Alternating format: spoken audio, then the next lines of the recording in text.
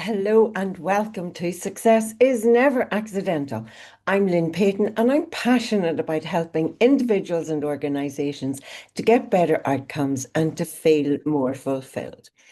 And on this podcast, I get to interview some highly successful individuals across sectors and globally so that we can better understand that while success is a very individual concept, there are many common factors. Today on Success is Never Accidental, I'm joined by Orlaith McGibbon, an internationally recognised social worker and safeguarding leader with almost 3 decades of experience across frontline practice, national leadership and global consultancy.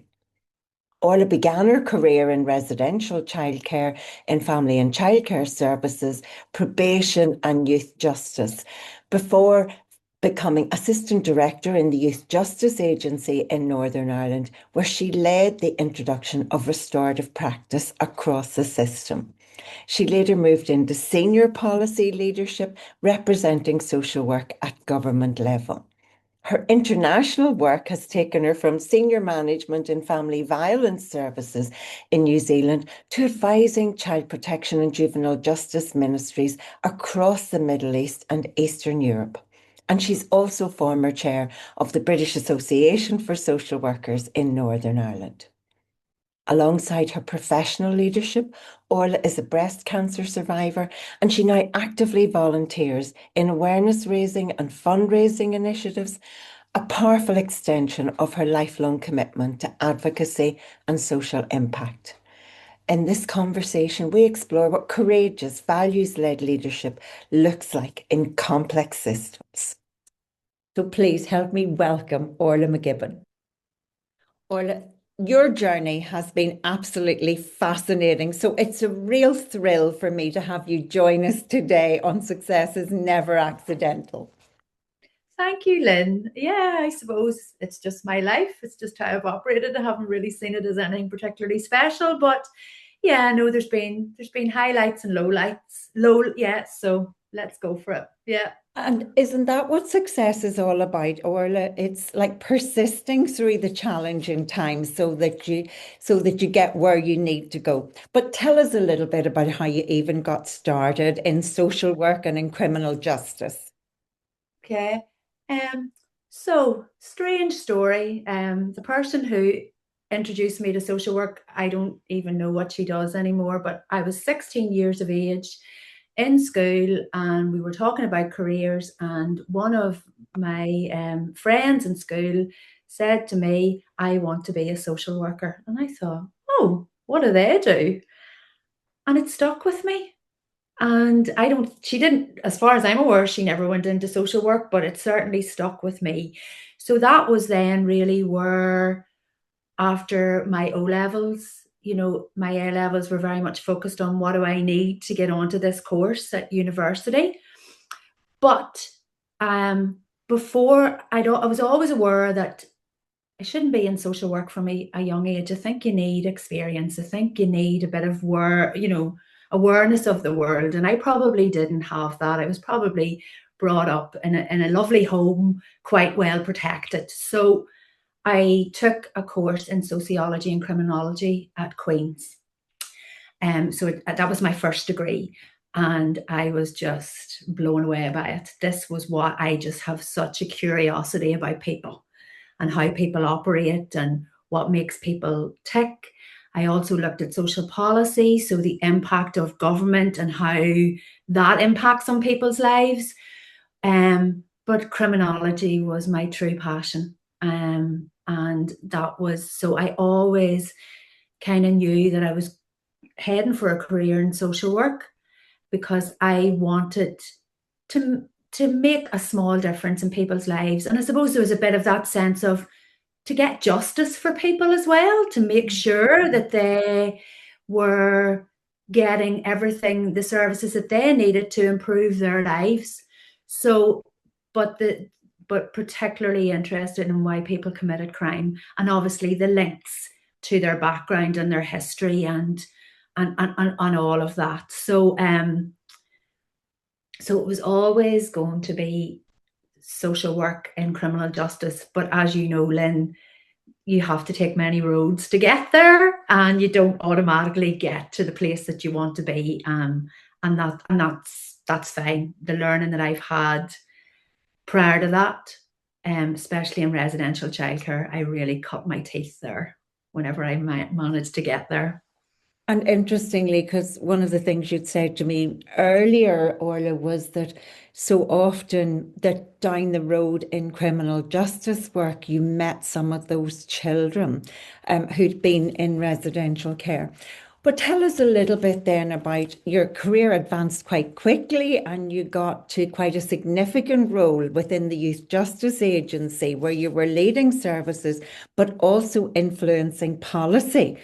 So bearing in mind the importance of early intervention, what were some of the challenges that you faced in the Youth Justice Agency in trying to improve policy? Yeah, really good question, Lynn, because I was delighted to get that role in policy, even though other people would not want to be interested in it, but it was really about influencing. And what I really did during that time was work closely with the civil servants who were taking the decisions about policy and about how our agency would operate. And I was ensuring that they had better insights into how the agency worked. So there's no point in creating policies that we can't work to because you don't have a full understanding of what we do. And also, one thing I'm really, really proud of during that time was the number of consultations that we had with young people to whom policies were being written about. Yeah. So the Youth Justice Agency at that time was creating their own policies, but most of them were on the back of the policy that had already been set with the Department of Justice. So I really wanted to ensure that we were making policy that worked for the service user, but also worked for us as the staff, being able to do that. One area of work I'm very, very proud of was the introduction of speech, language, and communication assessments within Youth Justice Agency. And, you know, I am going to take that as something that I led. We came upon research which told us that 60% of young people who offended had speech, language, and communication difficulties. And the chief executive at the time really wanted to look at this and essentially to provide youth justice practitioners with another string to their bow, Lynn, because when we can't understand why this person isn't engaging with us or isn't working with us, is there another reason? And speech, language, and communication difficulties is huge. Yeah.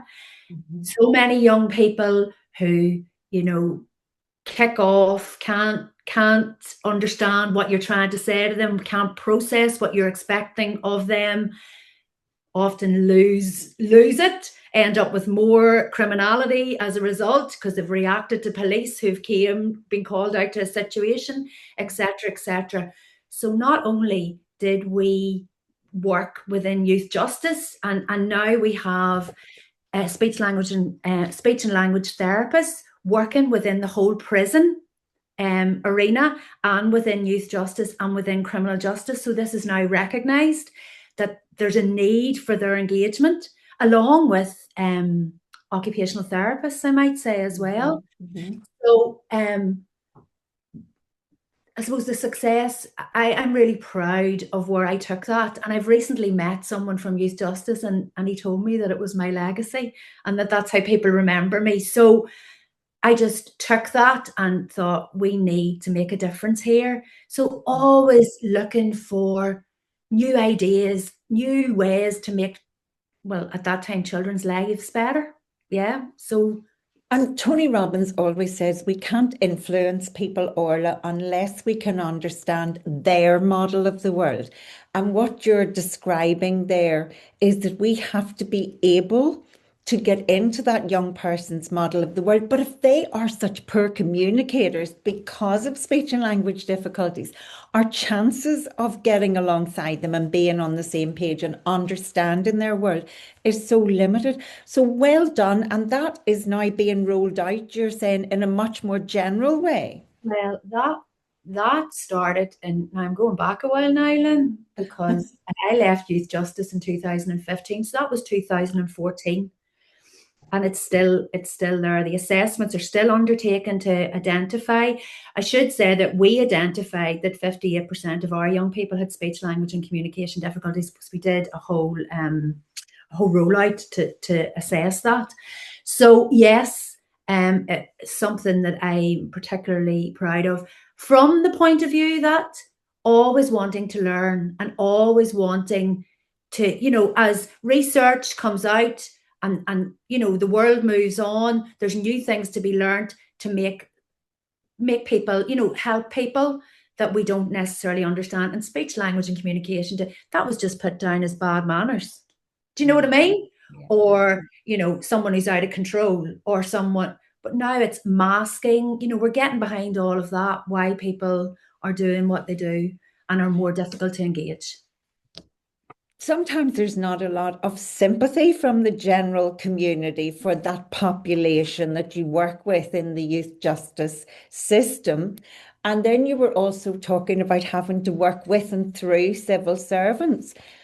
That wasn't a yes Orla experience all the way through. So how did you cope when your ideas got knocked back, or people just didn't have the insight into where you were going with your advocacy? What were some of your strategies for persistence? and things were knocked back, Lynn. There's no, as you I would know. No doubt that lots of things were knocked back. But persistence is the key. So it is almost like, if you're not understanding me the first time, I'm not going to leave it alone. I'm going to come back at this because I believe it's truly important. And sometimes that also happened when there was a misunderstanding between ourselves and youth justice and perhaps my social work colleagues in health and social care. Almost like, this is not our problem because now you've got the problem. But we're all, working with together. But during that time, there was a lot more kind of, there was a better attitude towards that we needed to work together. We had to work as a group of professionals as opposed to in silos.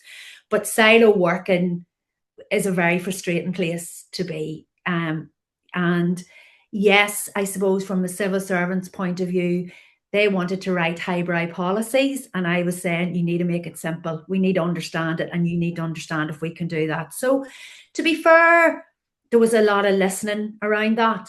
Some frustrations for me sometimes that the civil servants thought they knew better than the practitioner. But that's just something as well that you have to acknowledge and engage with and work with people on that as well. So probably persistence. I don't give up, Lynn. And I've reminded myself of that at a meeting I was at the other night when the going was getting tough, and I thought, if I get a bee in my bonnet, I'm going to keep on going and believe. So yeah. And it's true, isn't it? If we really believe in something, then, the failure will just fire us up to try something different. Yeah. Because when you're trying to advocate for change and policy and services and whatnot, you're going to get no's a lot of the time. So you just have to say, well, what am I not saying? How could I put this? How can I represent this in a way where other people can get excited about it? But I love some of the simple truths that you said there, Orla. We have to keep it simple if we're going to be able to implement it. Yes. And there's lots of good ideas that get over the line but never get implemented because people can't make sense of what somebody else wrote. Yeah. The second thing is you've got to get stakeholder engagement, because none of the strategies for working with young people are single agency. So everybody's got to get buy-in. But the point you made so early on, the young people have to be able to buy into them. So consultation with young people when you and I started work wasn't an everyday occurrence. So I'm guessing again that might have been something you felt strongly about and really led out on. And at that time, I suppose in terms of stakeholders, like anything that we were doing, we would have consulted with the commissioner for children. We would have went wide in terms of discussion, to say that, I suppose, to get support for what we were trying to do as well.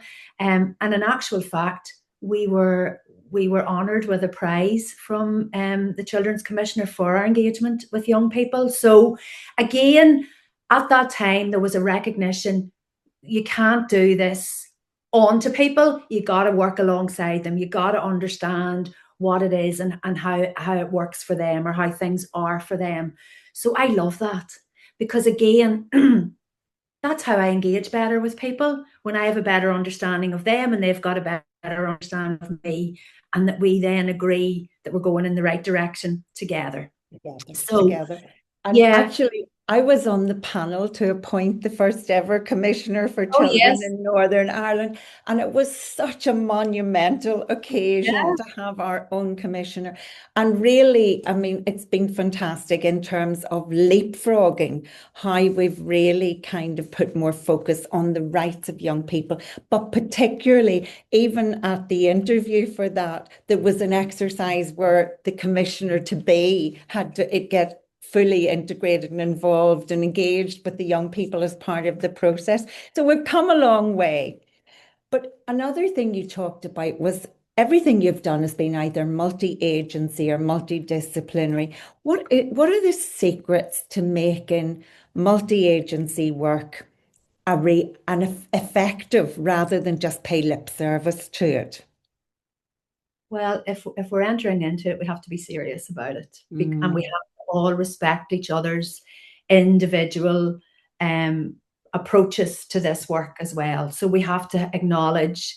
So I need to acknowledge in youth justice the challenges that there are for my colleagues in health and social care, the challenges at that time for speech and language therapists, because that was a really interesting time, because when we went out to recruit, people weren't really interested in working with young people who offend. So we had to do a lot of education around that, and a lot of, it's like, you've met these children before, just in a different perspective. They've come to you as a primary school child with speech, language, and communication difficulties. Now, unfortunately, their life has led them somewhere else.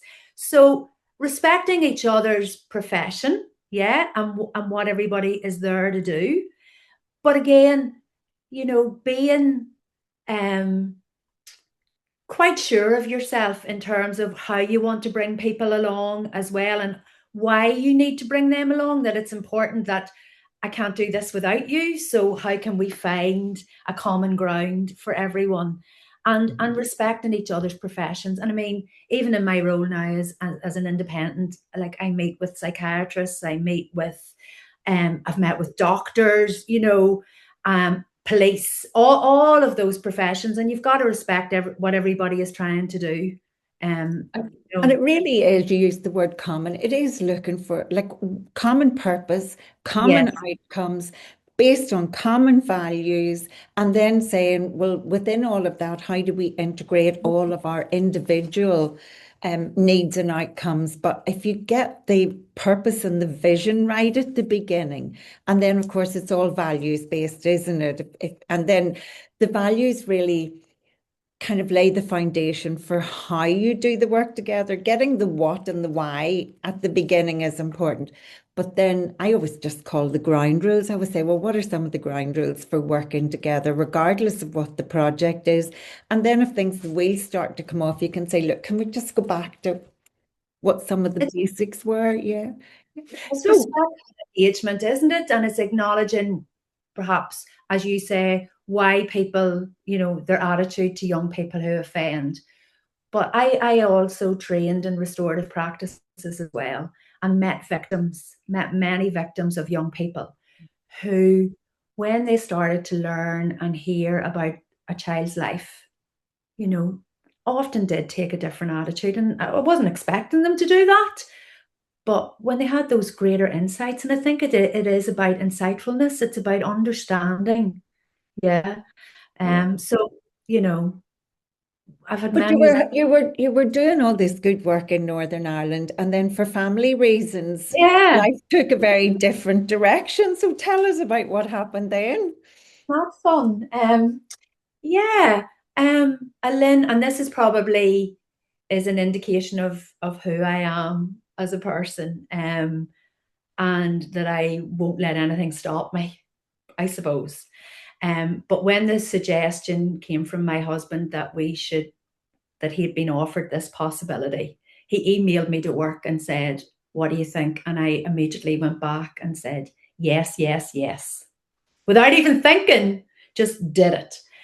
But then as the months rolled on and we were trying to get visas and we're trying to sort things out with our house and get the children into school and all those things, I was thinking, what are we doing? What are we? So just to be clear, Gareth wasn't suggesting that you move down south or to England. He was taking No, you to the other side of the world in New Zealand. very other side of the world, Christchurch, New Zealand.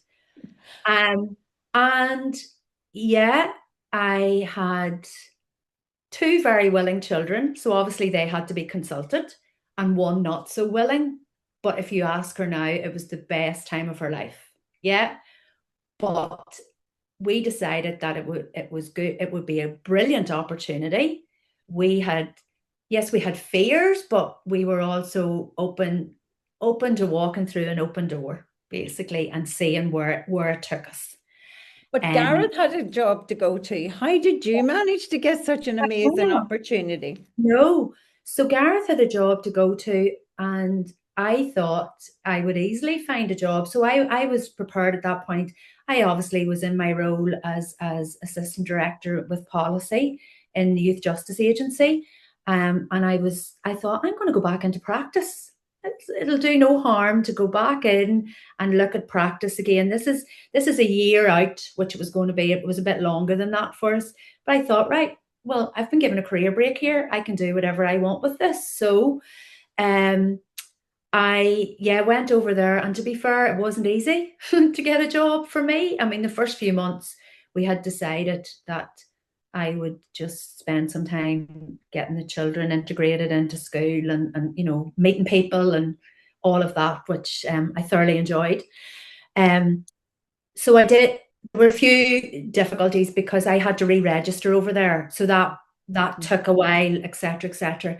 But in the end up, my CV went round the NGOs, and it was picked up by an Irish woman who read it and called me and said, would you be interested in this role, which was a management role as well, because we want to build a program which involves engaging perpetrators of domestic abuse, not just the victims. So the safer families kind of approach. Yeah, brilliant. So I got an opportunity to lead that project and also to begin a project which is still running in Aviva in Christchurch, New Zealand, which is also looking at young people who are using violence against family. So intimate family violence. So that whole model. And look, at that time in New Zealand, they were really working at looking at their whole domestic abuse policies, etc., etc. And I would say they're leading now in terms of what they do. And I got an opportunity to be part of that. So yes, saying yes to everything, Lynn, and just walking through that door. Don't get me wrong, I probably didn't sleep from Dublin to Christchurch, New Zealand, which was about 30 odd hours because of my fears for my children. But I have to say, I am so proud of our children who embraced this opportunity with everything that they could give when they got there. They didn't want to come home, Lynn. So anyway, they obviously had great examples and great role models, but tell us about the children. What do you think was the biggest learning for them in terms of going, integrating and adapting to a totally different culture? I I suppose, and you're right, Lynn, Gareth and I would have often said to ourselves, we're leading this, so it's how we behave is how will be the difference in making this work.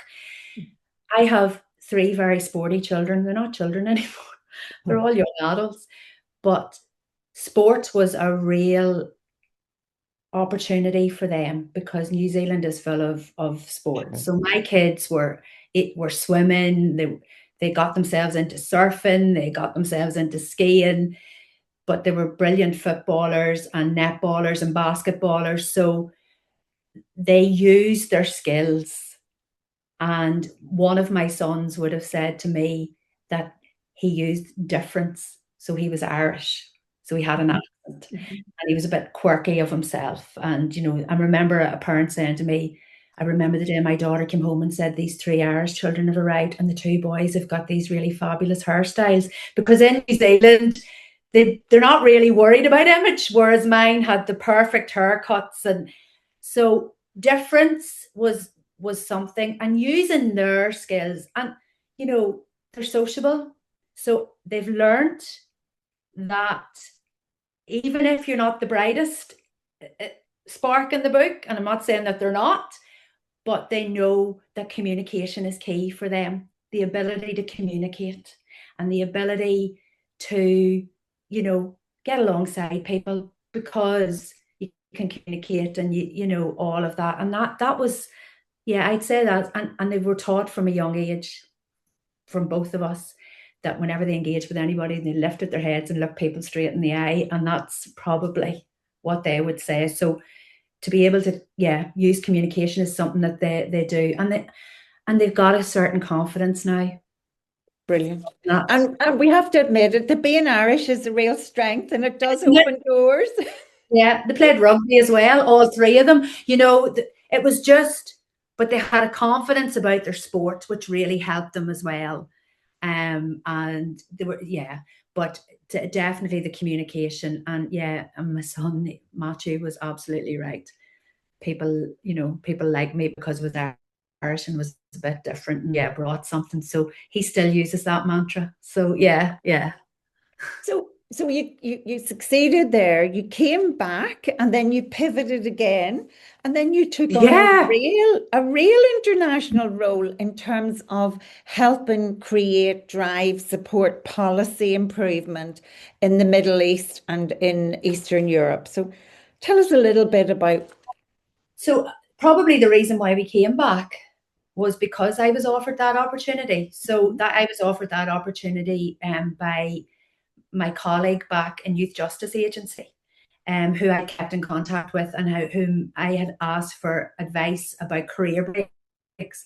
And she said, well, look, if you're coming back, I'm involved in this. What do you think? Of course, there we go again. Yes, pick me. I actually looked at it at one point and thought, could I stay in New Zealand and do it? But that wasn't a runner for them. And so we came back. And within a month of our return, I was on a flight to, I think it was Bahrain at that point. Yeah. Never heard of the place before, Lynn. I'm going to be honest. Didn't have a great knowledge of the Middle East. But that was the start of it. Sorry, I didn't, what did you want to ask me about that?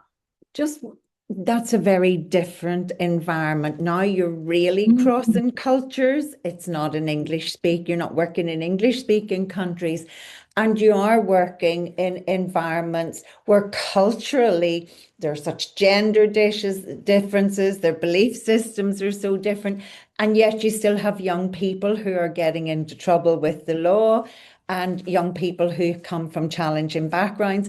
But the appetite, the culture, everything is so different. So what were the secrets to successfully supporting change in those countries? First and foremost, respecting their culture and respecting their laws. Okay. So what anybody who's gone in and done international work, I'm sure would agree with me. I just don't land in there and say this is our model and off you go. Okay. I need to understand the culture. I need to understand the background, how people think. Western world is really influencing a lot of change in these countries as well, and all of that. But, there were times when I was shocked by some of the attitude towards victims of sexual offences, things like that. But, I had to understand where that was coming from, and the background to all of that. So I explored with people, their culture, their religion, how they practiced, but again, also very respectful to how I dressed, how I presented myself, awareness of me as a woman in those countries. What I did learn was very, very quickly, we're often ready to shake hands. It's not acceptable that I offer to shake hands with a male, but it's okay if he offers to shake hands with me. And that happened quite a lot of time. But again, I had on all of the training that we did, which was mixed gender, so there was male and female, but probably more male actually at times. You really had to show your respectfulness for them and the people that they were. So that was both dress, my presentation, all of those things. And that was how we got further. In big meetings with government, with ministers, all of that. Just even sometimes accepting the cup of tea or coffee that you didn't really want, but you had to take it because you were being respectful, because they were offering you, they were inviting you into their world, and this was part of that. So, things like that. So I became very culturally aware, and that was really, really important for me, and for me to be able to do that work and to make progress. Because if you weren't, Lynn, it would be quickly said, we don't want her here. Yeah. Exactly. I've friends at the moment who are doing cultural mastery programs, because so many big corporates are global nowadays with outposts in so many different countries, that they're finding there's an increasing appetite for training in cultural awareness. So, but you said your legacy in youth justice was bringing in the speech and language assessment. What would you think your legacy was in the Middle East? Well, I'm quite proud that when I left, we had just rolled out a change to the new law in the Middle East, which is a new piece of legislation. I can't quite get the words for it now. It's promulgating the youth justice law, if that's the right word. But basically, with all the work that we had done throughout the Middle East, there was some change within one country whereby they introduced a law which was bringing in a more restorative approach to working with young people. And they were working at that point towards less imprisonment and more community sentencing. So we had a lot of influence, not just me, there was lots of people involved, a lot of influence in bringing about that change, which then resulted in one country then bringing in new legislation around that. And I got a chance, because remember, in the middle of this, COVID came. So we had a bit of a gap in time, and then something else happened to me, which we'll probably talk about. So I wasn't working for a bit, but I got back, which I was really privileged to be able to do, to go back and be part of the rollout of this new legislation, working with training practitioners in assessment, training them in, bringing in restorative practices, training them in delivering community orders as opposed to prison orders. So Brilliant. So, and that's such an important point. I always think getting the policy and the legislative change is only the start, and policy and legislation very often only catches up with what somebody's decided is good practice. But then you have to have a really strong and well-resourced implementation plan if it's going to work. So fabulous legacy there. But you had health challenges then in the middle of all of this. Yeah. So as I always say, in 2020, sitting in Oman in the Middle East in February and looking over to China and saying this virus, and never even thinking it was going to catch up with us in the Middle East. By the 1st of March, the planes were grounded, and I was out of work, Lynn. I didn't have any other work at that point. And yeah, we had COVID. Anyhow, so that was fine. We dealt with COVID. In the middle of all of that, we were actually building a new house as well. And sadly, by the time we had built our house and we're just settling into it, I received a diagnosis of breast cancer. Yeah. So that was, yeah. So there's life happens, doesn't it? And you only think you have problems until that you get that kind of news, Orla. Well, I've in my world, I've had quite a privileged life, and haven't had happy marriage, great kids, my family, my wider family, my parents, all of that, all the opportunities that I've had. Never imagined something like this would happen to me, but it does. Yeah. So yeah, so that was a real shock to us as a family, and yeah, the implications for someone who is self-employed as well. So I can't earn. Well, I to be fair, I did work for a bit before I had to go through all the treatment, but yeah, it was a very, very difficult time, and that time wasn't over once the treatment ended. There was years and years of it afterwards, and me getting myself back after that wasn't easy. Yeah. So, but I did it. But you did it. You did it. Yeah. And you display such strength of character in everything you do, and you're not easily beaten. How did you apply all of your strengths and character strengths and resilience to actually working through this? And I suppose the other thing, Orla, is I know you support others, but what advice would you give to other people when faced with this kind of health challenge?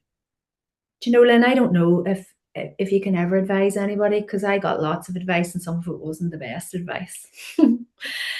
So I had to do me, and I had to do what worked for me and my family. And obviously my husband was crucial to all of that, because remember as well, he had to work doubly hard to keep us all going during that time, and I am so proud of him for that. But he was also dealing with real fears during that time as well. So what did I do? One of the things that I definitely did every day was I got myself up and out of bed every morning to make sure that my children were off to school, not feeling mum's not coping with this. Now, that doesn't mean that as soon as they left for school, I wasn't in a heap of whatever. Put my makeup on every day. I walked.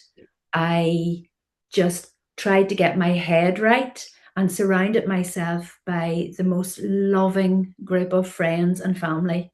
And that's when I found out who my friends and family really were. Really, really were. And they kept me centered and grounded. But the biggest thing, Lynn, was I wasn't right until 2 months in, and I was told this hasn't spread and we can do something with you.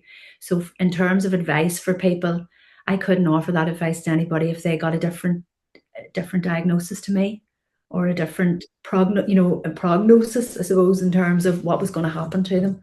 So once I knew that I had a chance of life, and that this was just a blip that helped me look back at me, and I made so many changes in my life as a result of all of that, I just thought, I'm going to grab this with the nettle. Now, when the treatment came, it was absolutely horrible. There were days where I was very, very low, but I was always looking forward to, I've been told I'm going to have a life again. And my plan was, I'm going to have a better life than the one I had before, the life I loved before. And how I've made it better for me is that, Lynn, I put myself first more often now than I ever did. And that's being mummy and career woman and all of those things. And I want you to say that again, because the number of people that I coach that are putting themselves last Yeah. in work, at home, in relationships, whatever, and then having to go off work because they literally, I hate the terminology burnt out, but they've literally given all they can give. So, Orla, it's worth repeating. As senior managers, as mothers, as wives, as community activists, there's times when we have to do what? Put ourselves first. And I learned the hard way, and that's no criticism of my children or my husband or anybody around me. That was part of me and a personality, and probably how I was raised by my own really good mother who put everybody in front of her. But I began to realize that, you know, I used to say, oh, I can't go to my choir practice tonight because, you know, the children are unwell or they've had a difficult day at school or they need homework, and that was okay. But see, when that became, I couldn't do anything, I started to realize, no. So the other good thing was that the reason I did that as well was because my children expected me to put myself first because they needed me. So they needed me to be better and well, mentally and physically, to be their mummy, regardless of what age they are now. And, I often think, what would they be like if I wasn't here? So in order to do that, I had to make sure that I started to put me first. And I still do that. So I'll just say, I'm away for that walk, I'm away for that run, I'm going to choir, I'm meeting friends. I don't make excuses anymore. I just go. And everybody in this house appears to respect that. Do you know that that's important? And yeah. And you're also teaching them about self-care as well. I love the quote by Audre Lorde. She said, self-care is not self-indulgence. Self-care is self-preservation. And as leaders in our families or leaders in our organizations or for independents like us, when we're leading change in other people's organizations, it's so, so important that we role model that sense of self-care because it's missing in so many organizations. I think we talk about mental health awareness, we talk about, looking after our mental health, and yet you see in organizations nowadays, particularly in health and social care organizations, that people are just being asked to do too much. There's so many staff gaps, so then you have people covering their own job and somebody else's job. Over and over again in coaching leaders at the moment, I'm pulling them back to, take care of yourself, put on your own oxygen mask first, as they say in the plane, because if you aren't well, you can't be an effective parent. If we aren't well, you can't be an effective leader. Leaders who don't take care of themselves make erratic, reactive decisions instead of measured, decisions which give people confidence. So it's so important. That's such an important point to raise. And now you're out the other end. What's next? Well, we're very busy in McGibbon consultancy. And actually, when you say that, I have been so busy from the beginning of January, probably took time at Christmas, to now that yesterday I took time out and went and got my nails done because I was putting myself first again. And I just thought, I need to do that. So I'm prepared to put my head down and do the busyness sometimes, but I need to know that I have a plan at the end of that, that I can do it, but I can only do it for so long. So really proud of where McGibbon Consultancy has gone and is going. Doing lots of international work. We're actually off to Australia again now in March to deliver training out there. So this year has started off really, really busy, but I want to be influential in actually widening out that global knowledge of our Casper model. And so starting to make bigger connections that way, because the interest is fantastic. And the hard work that's gone on behind the scenes to get us where we are. And for people who don't know what Yeah. Casper is, just Yeah. briefly explain the importance of that model.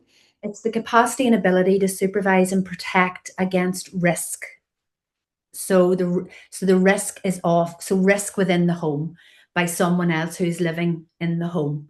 And it's looking at what that risk is and whether there's a protective person in that home, that there's not this assumption that because you're with this person, you can't be protective. So it's really educating practitioners in that way. I've just led we're about to introduce our Casper intervention model. So I led on that project and have written an intervention model, which we are just putting the finishing touches to now, and we hope to go out with that very soon, as when we're actually getting requests from organisations for training in it. So that's another big piece this year as well.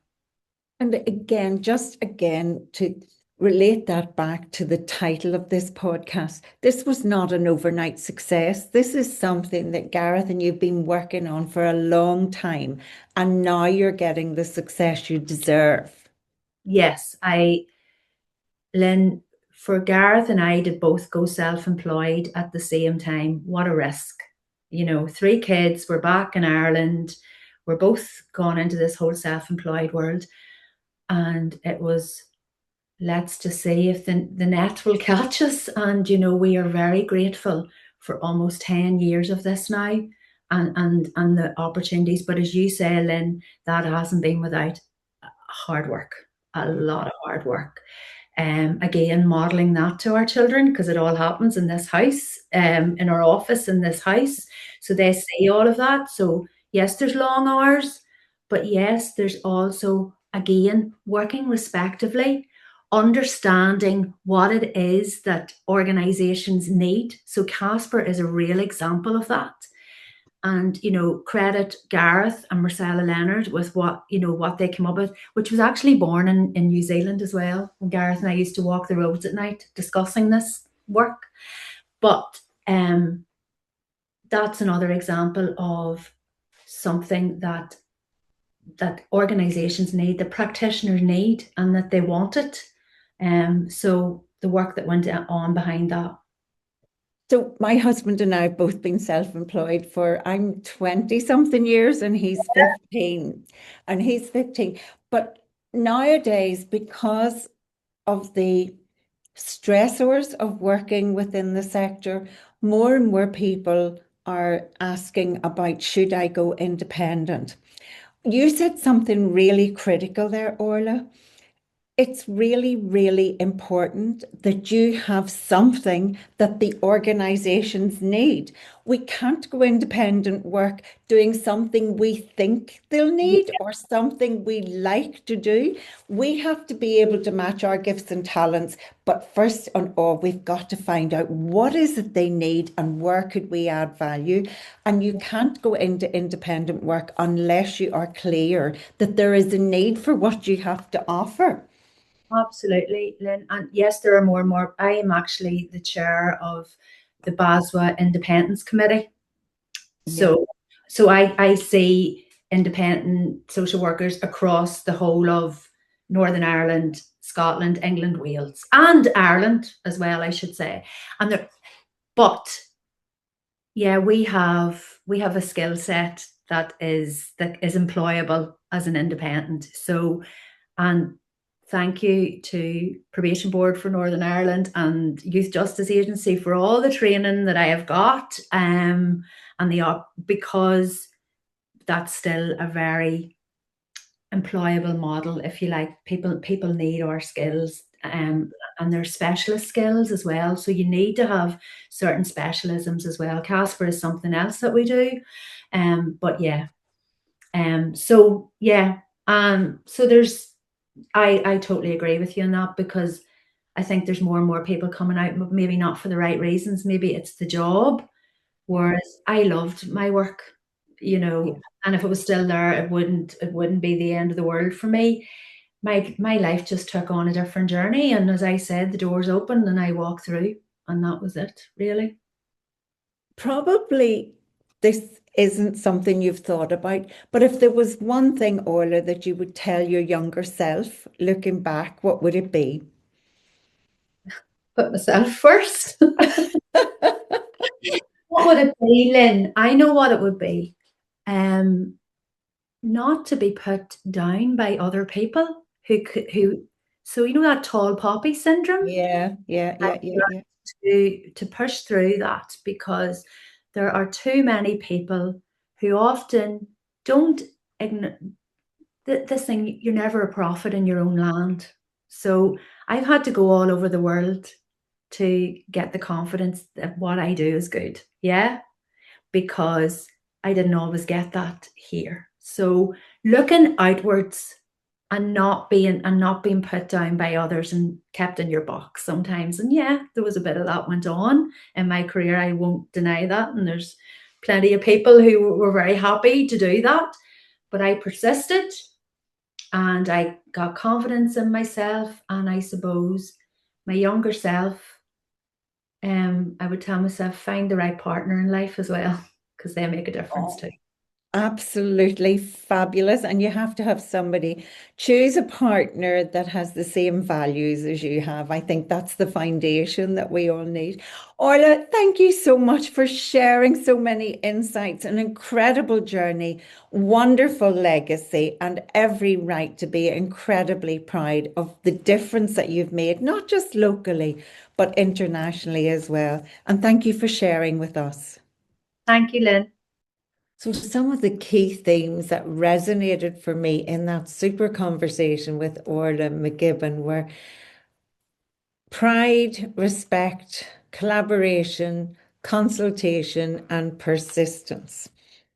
Pride in the many things that she's achieved, and in particularly the legacy that she's left. Respect. Orla talked about respect for colleagues in different professions, respect for service users, and we're working internationally, respect for the culture, the religion, and the politics of other regimes. Collaboration, whether it's on a project or as part of policy development. She talked about joint working being based on common purpose, shared outcomes, common values, and beliefs. Then she talked about consultation. It's not our job to do things for people, she said. We have to do it with them. So she was really big on consultation, and she's a strong advocate for engaging with young people and service users in developing policy and in developing services. And then persistence. Promoting positive change in any sector or industry or organization requires persistence. Getting from no to yes requires a willingness to try different approaches and to be resilient and not getting knocked back. Being diagnosed with breast cancer and overcoming that disease has helped Orla recognize the importance of self-care. And as parents and as leaders, we have to recognize that we have to put on our own mask first. Self-care, demonstrating self-care and modeling it for other people is critically important. And there are times when we just have to put ourselves first. And her advice to her younger self, I love this because we all need to practice this. Don't let other people put you down or hold you back. To get in touch with Orla, you can find her on LinkedIn, either under her own name, Orla McGibbon, or under McGibbon Consultancy. And remember, success is never accidental.